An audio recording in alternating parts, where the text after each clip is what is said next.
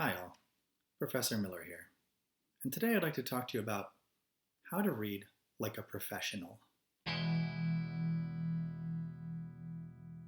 Now, I know you all know how to read, but there's a big difference between just reading and learning how to read intelligently, skillfully, and deliberately in the ways that will prepare you for professions that depend on careful reading. Think of it this way. I suspect all of us know how to throw a baseball.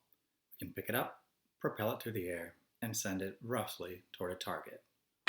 But there's a big difference between knowing how to throw a baseball and being a major league pitcher.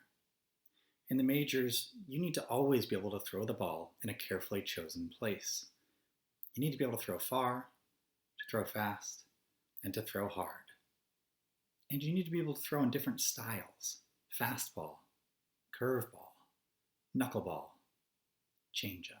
College level English courses are like training grounds for professional readers, and a lot of professions actually require careful reading. Advertising, marketing, public relations, publishing, journalism. The list goes on. If you're thinking about going into a field that depends on careful reading, you need to begin developing those skills now. So, here are some tips and tricks that will be vital to success in this course and to a life of intelligent, skillful, and deliberate reading in the future. Tip 1. Always read with a pencil in hand. Now that could be a fancy pencil like a Palomino Blackwing. Half the pressure, twice the speed. Or my personal favorite, a Faber-Castell pencil. But it could just be any old number 2 pencil, it doesn't really matter.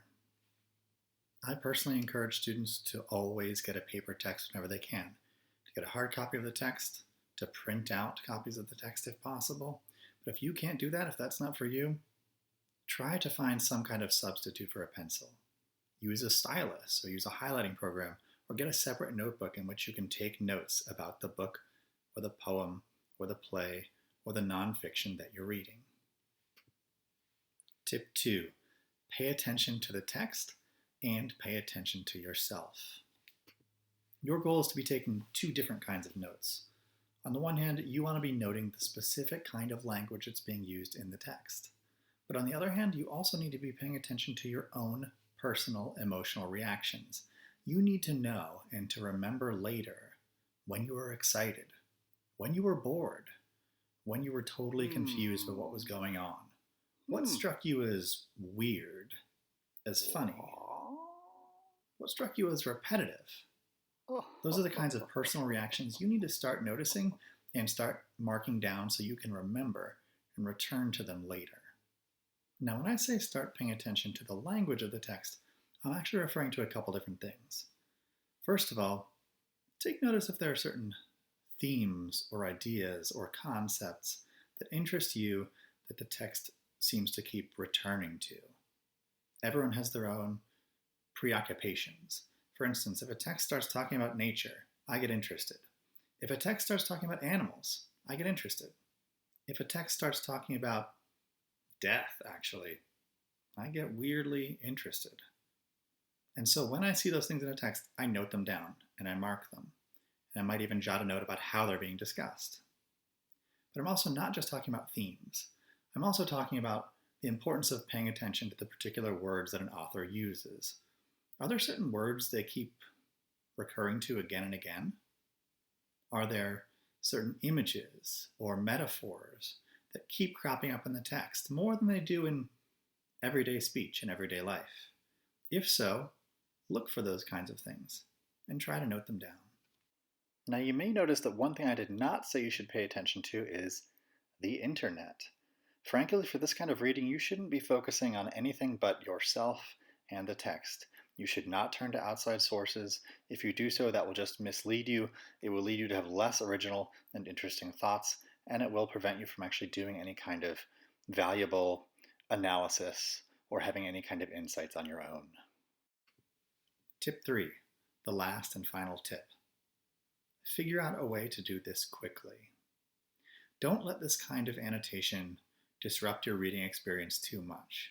It should be a normal part of reading. It should be something you can do without distracting yourself too much from the text itself.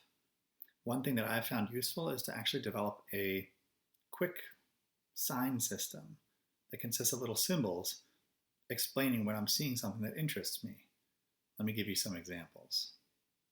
Today's test text will be Chinua Achebe's Things Fall Apart. Many of my notes are about my thoughts and feelings rather than about the text itself. For instance, this double bar in the margins indicates that this passage and what's happening in it are relevant to my interests and my concerns. They aren't necessarily important to the plot or to the characters themselves.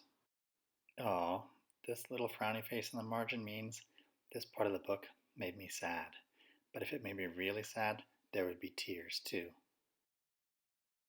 Most of my other notes are ways of flagging topics or issues that I think are important to the texts themselves or to my particular area of study, which is Britain and British literature.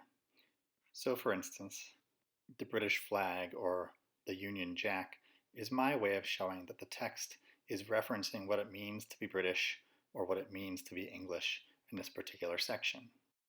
A little drawing of the sign for woman means the text is discussing what it means to be a woman or what it means to be feminine.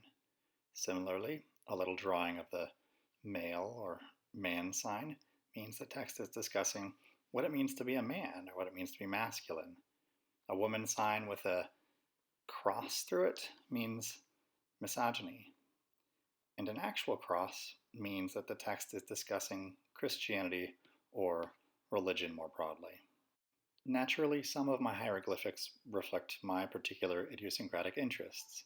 So for instance, I've got a little stick figure of a horse that means the text is discussing animals. And yes, I've got a little skull to show that the text is talking about death or corpses. All right, that concludes this brief tutorial on how to read like a professional. Be sure to remember the 3 tips. Tip number 1, always read with a pencil in hand. Tip number 2, divide your attention. Attend to the text and to yourself. Last but not least, tip number 3, notice now, analyze later. If you follow those 3 tips, you should be well on your way to learning how to read like a professional. If you've got any questions, as always, feel free to reach out to me via email and we can talk further. Thanks all.